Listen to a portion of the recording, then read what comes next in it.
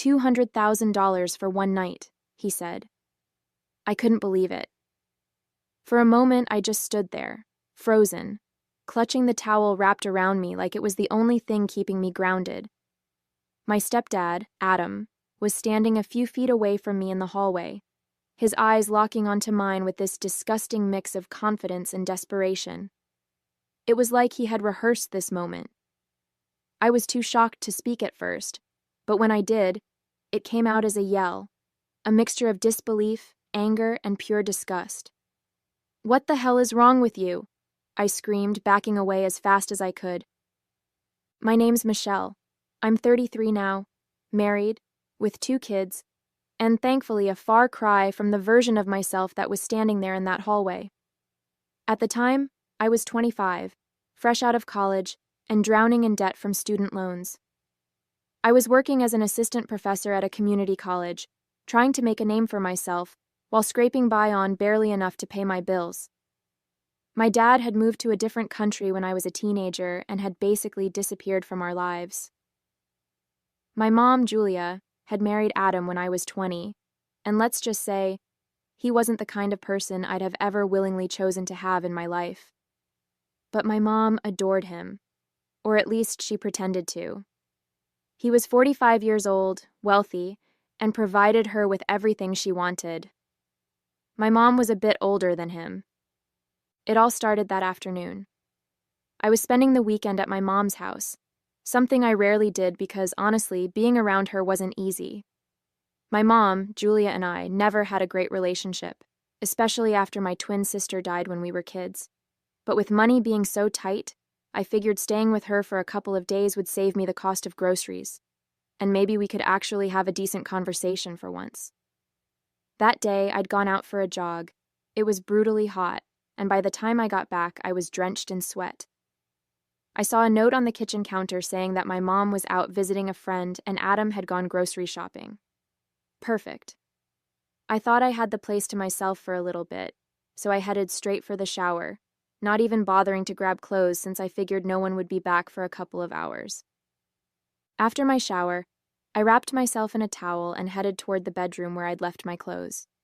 It didn't even cross my mind that someone might have come back early. I mean, why would it? But as soon as I turned the corner, there he was, Adam, standing at the end of the hallway.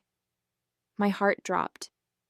He wasn't supposed to be there, and the way he looked at me, it wasn't normal. At first, I thought maybe I'd startled him, or maybe he'd startled me. But then he smiled. Not a friendly stepdad kind of smile. This was something else entirely. Before I could say anything, he stepped closer. Too close. "You're beautiful, you know that," he said, his voice low, like he was testing the waters. I froze, not sure what to do or say. My brain was screaming at me to move, to get out of there, but my feet felt like they were stuck to the floor. Then he said it, the offer that made my stomach turn. $200,000 for one night, he said, like he was offering me a business deal. His tone was calm, almost casual, like this was something normal to say to your stepdaughter. That's when it hit me. He wasn't joking. He meant it. Every disgusting word. I felt like the air had been sucked out of the room. My mind was racing, but I couldn't form a single coherent thought. "What the hell did you just say?" I managed to choke out. My voice didn't even sound like my own. It was shaky, almost a whisper. Adam didn't flinch. He just kept looking at me with that disgusting smirk. "You heard me," he said, shrugging like it was no big deal. "Think about it, Michelle. 200 grand. You could pay off your loans, start fresh. No one would have to know." That's when the anger kicked in, boiling up so fast I could feel my hands trembling. "Are you insane?" I yelled, backing away from him. "What kind of person do you think I am?" He didn't move, didn't even look embarrassed. If anything, he seemed annoyed, like I was the one being unreasonable. "Calm down," he said, his voice still infuriatingly calm. "It's just an offer. You don't have to make a big deal out of it." A big deal? He was standing there trying to buy me and he had the audacity to tell me to calm down? My whole body was shaking, and I couldn't even look at him anymore. I turned and ran straight into my room, slamming the door behind me and locking it. Once the door was locked, I pressed my back against it, trying to steady my breathing. My heart was pounding so hard it hurt. I felt trapped, not just in the room, but in the whole situation. What was I supposed to do? I wanted to scream, cry, throw something.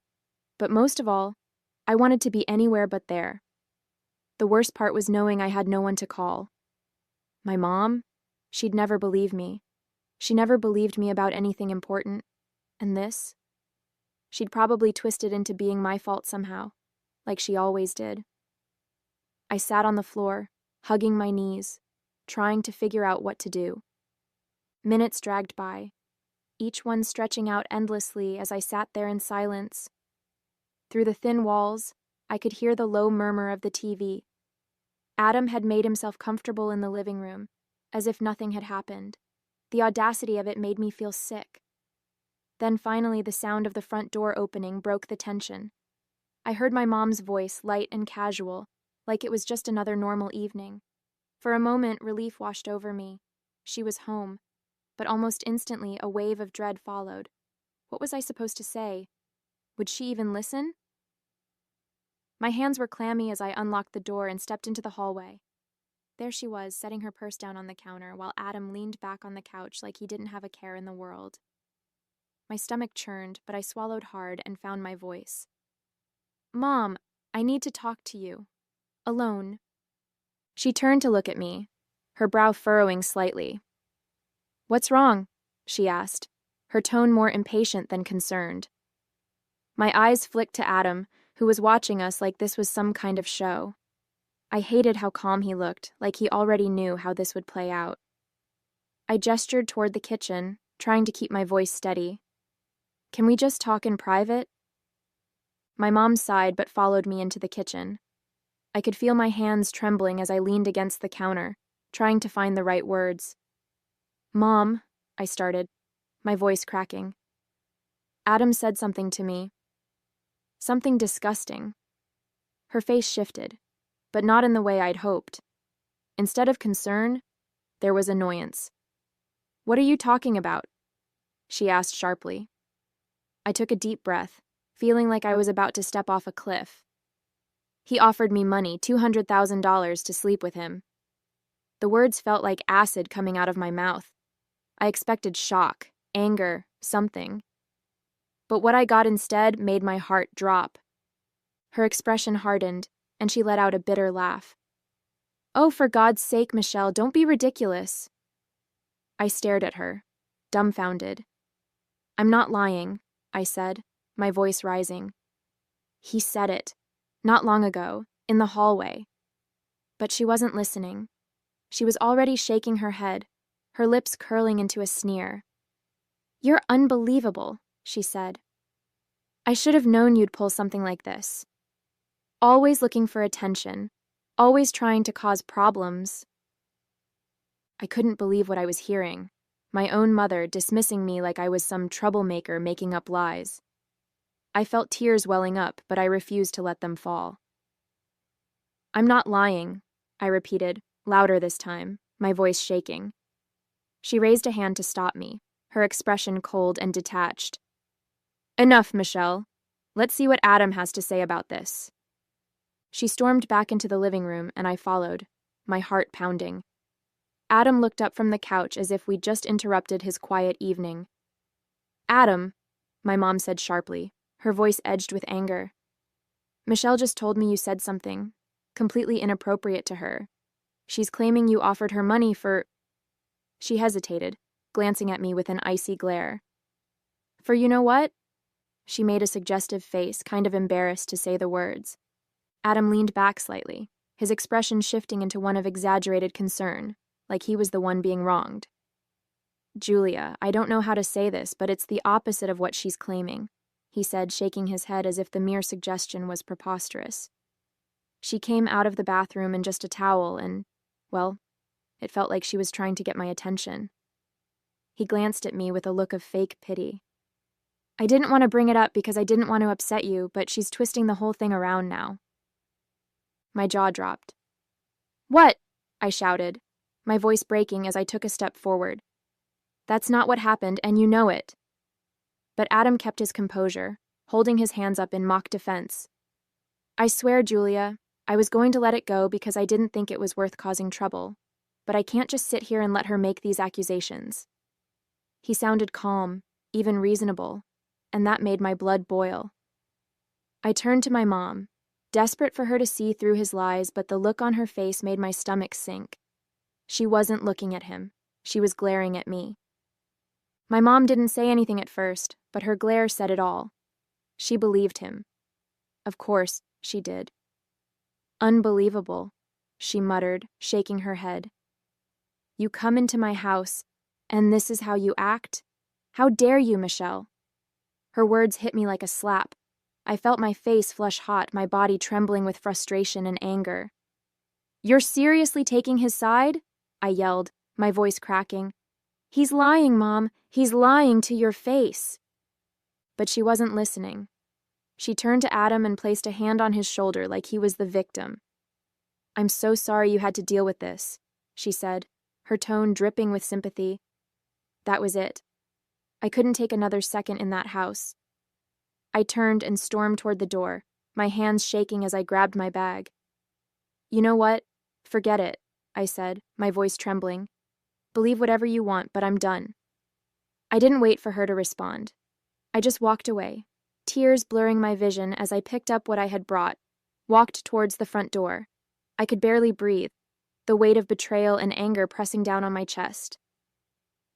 As I reached the front door, I heard her voice behind me, cold and sharp. "I didn't expect much from you, Michelle, but I never thought you were a—" she started, but she couldn't finish the word. I spun around, my hand still gripping the door handle. "Don't you dare," I said, my voice low but shaking with anger.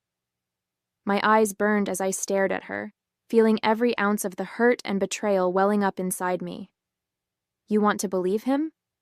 Fine. But don't you ever call me that." She stood there, her arms crossed, her face hard, and for a second, I thought she might actually say it. But she didn't. Instead, she just turned away, dismissing me like I was nothing. I opened the door, stepped outside, and slammed it behind me as hard as I could.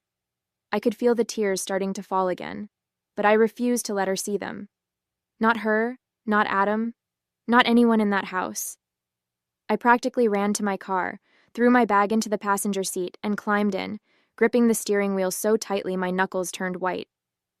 I drove aimlessly for a few minutes, the streets blurring through my tears. The anger and humiliation were too much to hold back. Finally, I pulled over to the side of the road, parked the car, and let it all out. My hands gripped the steering wheel as sobs racked my body, the weight of everything crashing down on me. After a while, I wiped my face with my sleeve, trying to steady my breathing, but the knot in my chest wouldn't go away. I needed to talk to someone, anyone, but I didn't know who to call. My mom was out of the question, and there was no way I'd go to anyone who might twist this into gossip. Then I thought of John. He was just a good friend back then, someone I trusted.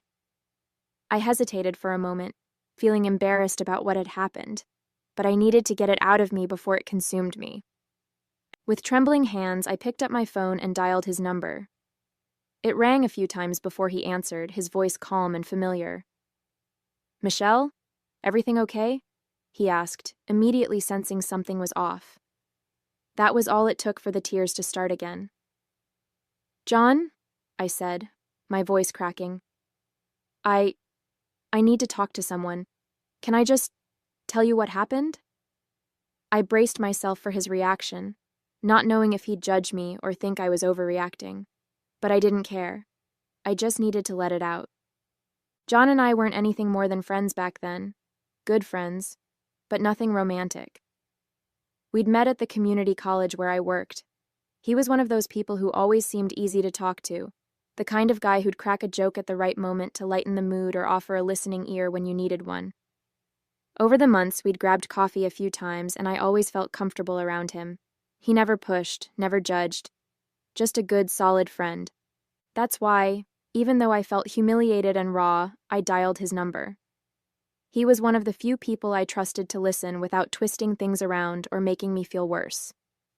As the phone rang, part of me worried I was dumping too much on him, but the moment he answered, I knew I'd made the right choice. His voice was calm and steady, a stark contrast to the chaos I was feeling. "Hey, Michelle," he said. "What's going on? You sound upset." John suggested we meet at a park nearby. I think he could tell from my voice that I needed to get out, to talk face to face with someone who wouldn't make me feel small. I drove there, still trying to collect myself, though my hands were trembling on the steering wheel. When I arrived, I spotted him sitting on a bench under one of the big oak trees, his usual easygoing expression replaced by one of quiet concern. As I approached, he stood up and gave me a small smile. "Hey," he said, his voice soft. "You okay?" I shook my head, biting my lip to keep from breaking down again. We sat on the bench, and for a moment I just stared at the ground, trying to find the words. Finally, I took a deep breath and told him everything, about Adam, his disgusting offer, and how my mom not only didn't believe me, but turned it all around on me. As the words spilled out, I felt a mix of anger and relief, like I was finally letting go of a weight I'd been carrying all night. When I finished, I looked up at John, half expecting him to have the same doubtful expression my mom had given me. Instead, his face was filled with quiet anger. Not at me, but at the situation, at Adam. "Michelle," he said firmly, his voice steady, "I believe you. Every word." Hearing those words felt like the ground beneath me had finally steadied, even if just for a moment. I let out a shaky breath, and tears welled up again, not from sadness this time, but from relief. "Thank you," I whispered, my voice barely audible. He shook his head, his jaw tightening. "You shouldn't have to deal with this. What he did, it's disgusting. And your mom? She should have had your back, no question." His words felt like a balm on an open wound. For the first time all day, I didn't feel completely alone. And I took a deep breath, trying to gather my thoughts, but everything came pouring out before I could stop it. "You know, it's not just this," I said, my voice trembling. "My mom, she's always been cold with me, ever since Lily." I paused, swallowing hard. "Ever since my sister died. I was 7, and we were at the playground. She chased after a ball, ran into the street, and..." My words trailed off as the memory hit me like a wave. The screech of tires, the screams, it all came rushing back. John didn't say anything, just nodded, letting me get it out. "It was an accident," I continued, my voice cracking. "But it's like my mom never saw it that way. After that day, everything changed. She stopped looking at me the same, stopped hugging me, she just shut me out. And now, tonight, it's like she's blaming me all over again, like I'm the bad one, like I did something wrong. I don't know why I even thought she'd believe me." Tears rolled down my cheeks, and I quickly wiped them away, embarrassed by how much I was unraveling. The next few days were a blur of anger, hurt, and sleepless nights. I couldn't shake Adam's smug expression, the way he twisted everything to make me look like the villain. And my mom. The way she defended him without hesitation cut deeper than I expected. But the more I thought about it, the more I realized I couldn't just let this go. I couldn't let him get away with it, not when I knew the truth. I needed proof. Something my mom couldn't deny.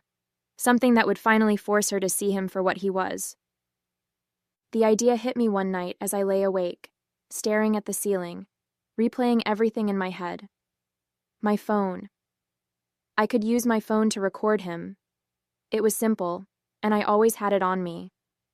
The thought made my pulse quicken. If I could get Adam to repeat what he said, or even hint at it, I'd finally have proof. Something my mom couldn't brush off or twist against me. I decided the best way to catch Adam off guard was to play along, to make him think I was reconsidering everything. It made my stomach turn just thinking about it, but I knew this was the only way to get him to admit the truth. That evening, I called him, keeping my voice steady, as if I was genuinely conflicted. Adam, I've been thinking about what happened the other day, I said, forcing a hesitant tone. Maybe we should meet somewhere quiet to talk. I feel like maybe we misunderstood each other. There was a pause on the other end, and I held my breath, waiting for his response. Finally, he said, "Well, I'm glad you're being reasonable about it, Michelle. Where do you want to meet?" His voice had that same smug undertone that made my skin crawl, but I stayed calm. "There's a park nearby," I suggested. "It's quiet, and we won't be interrupted." He agreed without hesitation, and I hung up, immediately opening the voice recorder app on my phone. I rehearsed what I'd say, trying to keep the anger in check. This was my chance to expose him, and I wasn't going to mess it up. As soon as I saw Adam walking toward the bench where I was waiting, I discreetly started the recording app on my phone, keeping it hidden in my jacket pocket. My hands were clammy, but I reminded myself to stay calm. I had to make this believable. I stood up as he approached, forcing a small, nervous smile. "Hey, Adam," I said, keeping my voice soft. "Thanks for meeting me. I've been thinking a lot about what happened, and I wanted to apologize if I misunderstood anything." He smiled, that same irritatingly smug expression he always wore when he thought he was in control. "I appreciate that, Michelle," he said, sitting down on the bench beside me. "I knew you'd come around eventually. Sometimes emotions get the better of us, you know?" I nodded, pretending to agree. "Yeah, maybe I overreacted. I mean, I was shocked, and I probably didn't handle things the way I should have." I paused, glancing at him. I need to understand. What did you mean when you said what you said? About the money?" His expression shifted slightly, like he was weighing how much to say. "Look," he began, leaning forward. "I only brought it up because I thought we had a certain understanding. You're a smart, beautiful woman, Michelle. I thought maybe you'd see the opportunity for what it was." I swallowed hard, keeping my voice steady. "But $200,000? That's a lot of money, Adam. Why would you even offer something like that? What were you expecting from me?" He chuckled lightly, shaking his head. "I wasn't expecting anything, really. I was just testing the waters, seeing if maybe you'd consider it. I mean, you're struggling, right? I thought it might help us both." I felt my stomach turn, but I kept my face neutral. "Help us both how?" I pressed, my voice quiet but steady. He smirked, leaning back on the bench. "Let's not play games, Michelle. You know exactly what I meant. I didn't think you'd make such a big deal out of it. It's not like anyone else had to know." I nodded slowly, letting the silence hang for a moment before speaking again. "So, you were serious? About the 200,000? He shrugged casually. "Of course I was. I don't say things I don't mean, Michelle. I figured you'd appreciate the gesture." Every word he said made my blood boil, but I stayed calm, knowing the recorder was picking up everything. I glanced at him one last time, my voice soft but firm. "Thanks for clearing that up, Adam. I needed to hear it from you." I forced myself to smile faintly, looking down at my hands as if I was embarrassed. "I mean, you're not wrong, Adam," I said hesitantly, my voice low. "I am struggling. Money's been tight, and with my loans, I've felt like I'm drowning most days." I glanced at him, catching the faint glimmer of excitement in his eyes as he shifted slightly closer. "You don't have to feel bad about that," he said, his tone softening in a way that almost sounded comforting, but I knew better. "You're a smart girl, Michelle. You've got options, and I'm offering you something that could change your life. It's not just about the money, it's about making things easier for both of us." I nodded slowly, pretending to mull it over. "It's just, I don't know. I've never thought about anything like this before. I mean, it's not like you're unattractive or anything," I added, forcing a nervous laugh as if I were embarrassed to admit it. "You're actually pretty good-looking, Adam." His smile widened, and he sat up straighter, clearly encouraged. "Well, thank you," he said, his voice taking on a more confident tone. See? It doesn't have to be awkward. I knew you'd understand eventually. This could be something good for both of us, Michelle. You just have to let yourself see it that way. I glanced at him again, feigning uncertainty. Maybe you're right. I just need some time to think about it, I said, standing up slowly. Can I let you know in a couple of days? I just need to wrap my head around everything. Of course, he said, smiling broadly now. Take all the time you need. I'm glad we could talk this through. I nodded, offering him a weak smile before turning and walking away, my phone still recording in my pocket. My hands were trembling, but not from nervousness anymore. I had him. Every disgusting word was captured, and I knew exactly what I was going to do next. 2 days later, I called Adam. My stomach churned as I dialed his number, but I reminded myself that this was all part of the plan. He picked up on the second ring, sounding eager like he'd been waiting for this call. Michelle, he said smoothly. I was hoping to hear from you. Have you had time to think? I hesitated for effect, then replied, Yeah, I've been thinking. I'm ready to talk more about it. But I'd like to meet somewhere private, you know? Somewhere out of the way. I heard the excitement in his voice as he responded. Of course. Tell me where and when. I'd already decided on the location, a fancy hotel downtown that Adam and my mom like to brag about. The Grand Regent, I said. Let's meet in the lobby tonight around 8. We can figure out the details there. He didn't hesitate, agreeing immediately. Perfect, he said. I'll see you tonight. When I hung up, I sat back and took a deep breath. Everything was in place. My phone was fully charged, and I'd already set up the recorder app to start with one tap. Tonight, Adam would think he'd won, but this time I wasn't walking away empty-handed. At 7:50, I called Adam, keeping my voice calm but a little rushed. Hey, I'm running a bit late, I told him. Traffic's a nightmare. Why don't you go ahead and wait for me in a suite? I'll meet you there as soon as I can. He didn't hesitate, clearly eager. No problem, Michelle. I'll let the reception staff know about you. After hanging up, I drove straight to my mom's house, gripping the wheel so tightly my knuckles turned white. When she opened the door, her face immediately twisted with suspicion. What do you want? She asked, her tone sharp. I didn't waste time. Mom, you're coming with me, I said firmly. She started to argue, but I cut her off, my voice steady but full of emotion. If you don't come with me right now, I swear you'll never see me again. Not a call, not a visit, nothing. This is your one chance. Her eyes widened, and after a tense moment, she grabbed her purse and followed me to the car. When we arrived at the hotel, my heart was pounding, but I kept my composure. My mom sat stiffly in the passenger seat, her arms crossed, not saying a word. I parked the car and led her through the grand entrance of the hotel.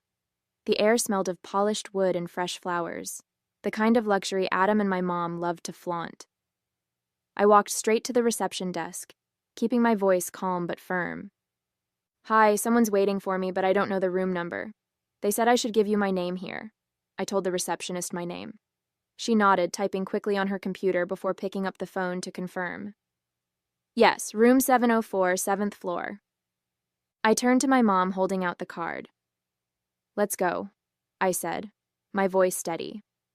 She didn't respond, but followed me into the elevator.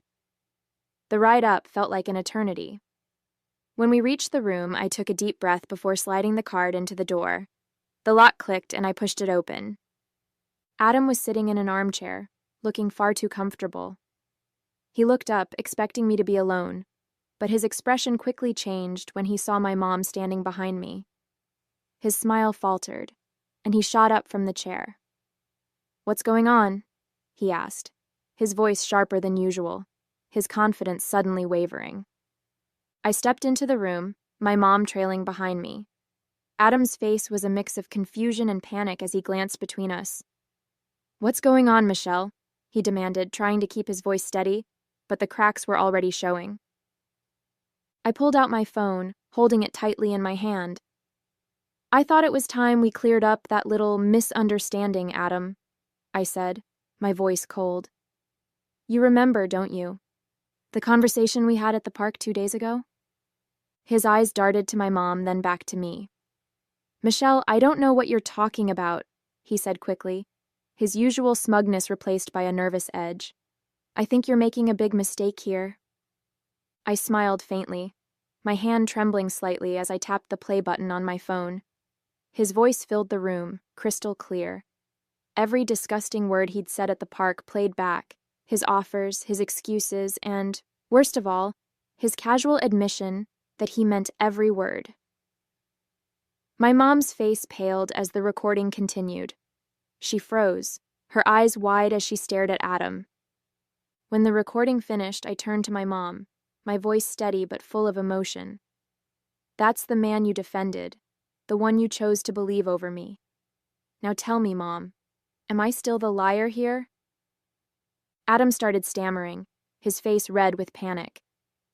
Julia, you know this is all being twisted. She set me up, he blurted, his voice rising in desperation. You can't believe this. She's just trying to turn you against me. But my mom didn't look at him.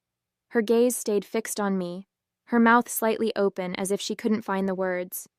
Finally, she whispered, Is this real, Michelle?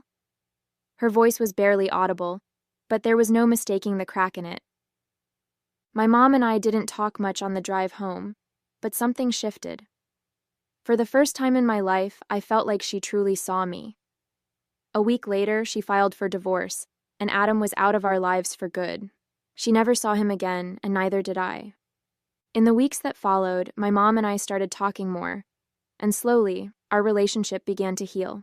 She apologized, truly apologized, for not believing me, and for the way she had treated me over the years. It wasn't an instant fix, but it was a start. For the first time, I felt like I wasn't just the shadow of the daughter she'd lost. I was her daughter too, and she wanted me in her life. Looking back, that night changed everything. It forced me to stand up for myself in a way I never had before. It was hard, painful, and messy, but it also gave me my voice and my life back. My mom treats me with respect now, and though we'll never be perfect, we've found a way to move forward. As for me, going through all of that brought me closer to John. He was there for me through every step, checking in, supporting me, and never once doubting me. What started as a friendship grew into something more over time. By the time I turned 30, we were married, and now with Bobby and Emma, I have the family I always dreamed of. A family built on trust and love, something I once thought I'd never have.